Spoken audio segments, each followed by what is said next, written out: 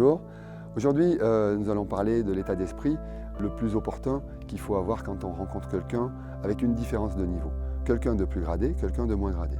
Quand on rencontre quelqu'un de plus gradé, qui n'est pas son professeur, qui n'est pas un professeur, on se doit quand même de donner le meilleur de soi-même.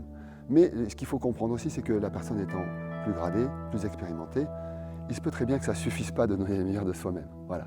Et donc à partir de ce moment-là, il ne faut surtout pas se décourager. Il ne faut pas se dire, tiens, je n'ai pas réussi à faire ça, j'ai essayé de faire Maine par exemple, je me suis fait contrer. Eh bien, ce n'est pas grave, il faut continuer, il faut persévérer. Et toujours avec la meilleure intention et la meilleure envie de faire pour le mieux.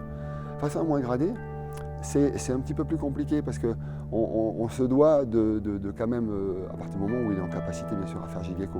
S'il n'est pas en capacité à faire Jigeiko, on lui fait faire des uchikomi, donc on le fait frapper, on lui fait les bonnes ouvertures, on le met à la bonne distance. Voilà. Si la personne est en capacité à faire Jigeiko mais qu'il est moins gradé, il faut quand même qu'il en retire quelque chose.